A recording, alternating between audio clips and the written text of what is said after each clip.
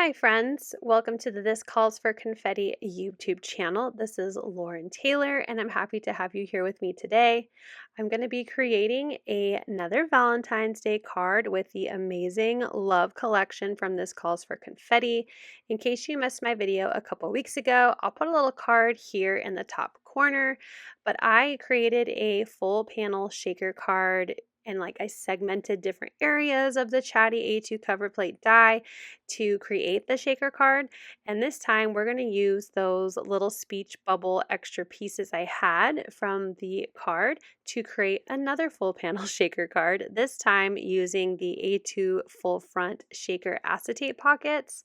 So I have all of my supplies, so I will link again that video so you can see how I added the ink to my pink cardstock and created my cute little speech bubbles, but we are going to assemble them on the inside of my shaker this time. So I have a negative piece where all of those speech bubbles are located within the A2 cover plate, and I'm going to use that as a guide to glue all of those speech bubbles down. So I'm going to start with making my background. I'm trimming this piece of pattern paper from the Love 6x6 paper pad. I love the little swirlies on the paper. It's so cute. And I'm going to use the negative piece or the cutout A2 cover plate out of this thin white cardstock to help me with placing all of those speech bubbles in with liquid adhesive. So I'm just going to grab one bubble at a time and grab my liquid glue to add the adhesive on the back side of the bubble, and then I will puzzle piece it into the white cardstock, making sure not to get any glue on that white cardstock because then it will be, stuck to my pink background. And I want my pink background to show up around my speech bubbles. So I went ahead and got them all onto my background, and I went ahead showed you the last little bubble there in the middle of that little tiny little speech bubble. And I'm going to carefully pull up that white piece of cardstock, making sure not to pull off any of the speech bubbles with it. So very gentle process, but I just love the end results that you get with this A2 cover plate die. I'll go ahead and save that for a future project as well.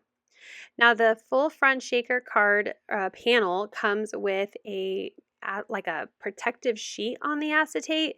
So I always have trouble getting these off, but I just grab my little tool here, the little pokey side, and I just keep kind of scratching at it on a place where it won't show on the front of my card, so on the little side tabs, until I can get it peeling, and then I just peel it off.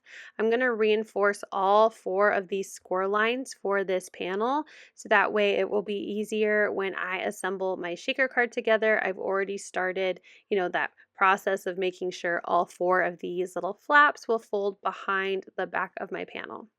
Now I did trim my background to be A2 in size, 4¼ by 5½, but I had trouble getting it to lay flat when I put it on the inside of this acetate panel. I think it was just a little bit larger than A2 size, so it was kind of bowing and not laying flat. So I'm going to trim off a teensy tiny little sliver off all 4 sides of my background. I'm not going to show you all 4, but I just trimmed it enough to make sure that when I put it inside of my panel shaker acetate, that it fits in there nicely. There's no room for any of my little shaker bits to fall out, and it won't bow, like it won't cause a bend or a crease. So now let's figure out which of these shaker elements I want to use. I love, of course, the Love Polymer Clay Mix. I'm going to use that. And I thought that the blush Opaque Iridescent Confetti Mix just matched the colors and vibe of the card. So I started with just placing a bunch of the blush confetti pieces in a tray, and then I added my Love Polymer Clay Mix, but I am going to pull out all of the little tiny little spheres, little pink and white spheres, to save them for a future project because this is a flat panel shaker and I didn't want to have the larger spheres in there rolling around and causing issues with the shaker. Now I'm already going to have some elements get stuck here and there because of the way I designed my background, but that's what I was going for. I wanted my shaker bits to kind of get stuck in between the speech bubbles so it looks like the confetti is really full inside of the shaker card. So I added my background to my full front shaker panel acetate, and I'm going to peel off the release paper for 3 of the sides and really press those into place on the back side of my panel. Before I close up that fourth one, I'm going to pour my shaker mix to the inside of my panel, and I'm going to try and shake it so that way it's as flat as possible. They're not all like bunched up at the bottom. It's a little more evenly spaced out so I can get my panel to be as snug as possible without it being too taut that nothing will move, but also not too loose that everything just kind of sits on the bottom. And you can see I'm already starting to get some of those little clay bits stuck in between the speech bubbles.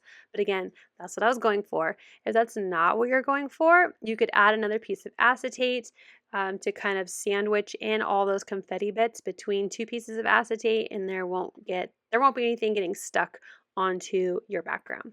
You could also die cut the panel, the pattern paper panel, and then paper piece the speech bubbles inside the back panel, and that will also create a more flat background and your shaker bits won't get stuck or caught. So now I'm going to add some super sturdy adhesive to the back of my shaker panel, and I'm going to add it to an A2 card base. This is a top folding card base out of some thicker Nina white cardstock. And I line it up to the fold of the card to make sure that if for some reason I didn't cut my card base, well, or maybe I didn't put my panel on super straight, I can trim the card base without it affecting the front panel of the card. And this is so cute even on its own, but of course we need to add a sentiment. So I don't have the fanciest printer ever. In fact, running cardstock through my printer can sometimes cause some issues. So I went ahead and just printed out these adorable digital sentiment stamps from This Calls for Confetti. You get it along with your Chatty A2 cover plate die when you order it. So I'm just going to print it out, or I did print it out on regular printer paper, and I'm going to line up the A2 plate on so it matches the rectangle of the printout, and I ran it through my die cut machine. And I'm going to be extra gentle pulling everything off because this is a thin printer paper. But I have all of the sentiments cut out perfectly. I just love it. It's so cute. I love that little heart on that little tiny speech bubble, but I'm going to end up going with the Be Mine all in like lowercase letters. I like the font. I liked how thin it was and how simple it looked, and I just thought it would be perfect on a very busy background, just a really clean sentiment. So because I have a thinner printer paper as my sentiment, I'm going to use a cutout piece of a thicker white cardstock and add adhesive to it so that way I can attach the thinner piece of paper to that thicker piece of cardstock and not worry about it, being too thin that it ends up getting torn or damaged in any way. Adhering it to a thicker piece of cardstock will just make it, sturdier and more durable. So if you don't have a fancy printer like me and you can only print on regular copy paper, this is one way you can get a better, sentiment, a sturdy sentiment while still using copy paper for your printer with these digital stamps. So after I glued them together, I added some adhesive to the back of my speech bubble, and I'm using my grid on my mat to try to get it centered and straight. I wanted it to be a little bit higher on the card. I just thought it looked aesthetically pleasing to my eye. And here is a close-up look of the shaker. I think it turned out so fun. I love that I got two card ideas from one, major design of the Chatty A2 cover plate with the Distress ink blended background. But you have to let me know which one was your favorite, the one I did first or today's card. So make sure you leave a comment, but also check out This Calls for Confetti on Instagram, Pinterest, and Facebook for even more inspiration, or try one of these videos next. Thanks for watching. Bye!